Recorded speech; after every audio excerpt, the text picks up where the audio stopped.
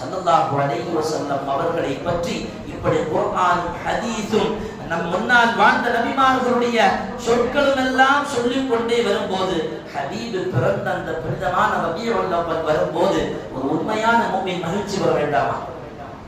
ஸல்லல்லாஹு அலைஹி வஸல்லம் அவருடைய புகழை விளங்கி வைத்ததனால்தான் அன்றைக்கு பாடினார்கள். ஹஸ்ஸான் இப்னு சாபித் ரலியல்லாஹு அன்ஹு அவர்கள் நாயகத்தினுடைய முகத்தை பார்த்து சொன்னார்கள், வ அஹ்ஸனு மின்க லம் தரபத்து ஐனி, நபியே என்னுடைய கண் இதுவரையிலையும் இப்படி ஒரு அழகை பார்த்ததில்லை.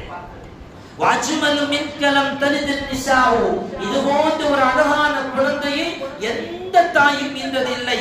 خلقت مبرأ من كل عيب, நபியே நாயகமே எந்த குறையும் இல்லாமல் நிறையாக படைக்கப்பட்டவர்கள். எது போல தெரியுமா?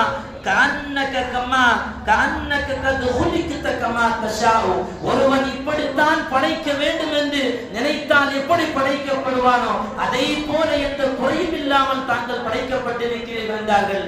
ஸல்லல்லாஹு அலைஹி வஸல்லம் முகத்தை பார்த்து ஹஸ்ஸான் இப்னு சாபித் ரலியல்லாஹு அன்ஹு அவர்கள் ஸல்லல்லாஹு அலைஹி வஸல்லம் அவருடைய வருகையும் சரி, பெருமானார் அவர்களை பார்த்தவரும் சரி, ஸல்லல்லாஹு அலைஹி வஸல்லம் அவர்கள் மீது அளவு கடந்த நேசம் வைத்திருந்த ஆஷிகீன்களும் சரி நாயகத்தை புகழ்ந்தார்கள், வர்ணித்தார்கள். பெருமானார் அவர்கள் பிறந்த ரபியுல் அவ்வல் வருகிற பொழுது மகிழ்ச்சி கொண்டார்கள். நாமும் மகிழ்ச்சி கொள்வோம். அல்லாஹ் சுப்ஹானஹு வ தஆலா அந்த புனிதமான ரபியுல் அவ்வல் மாதத்தை அடைந்து நாயகத்தினுடைய புகழையும் சிறப்பையும் பேசுவதற்கும் கேட்பதற்கும் அனுதினம் அதை பற்றி சிந்திப்பதற்கும் அல்லாஹ் நமக்கு அந்த மாதத்தில் அதிகம் தௌஃபீக் செய்வானாக.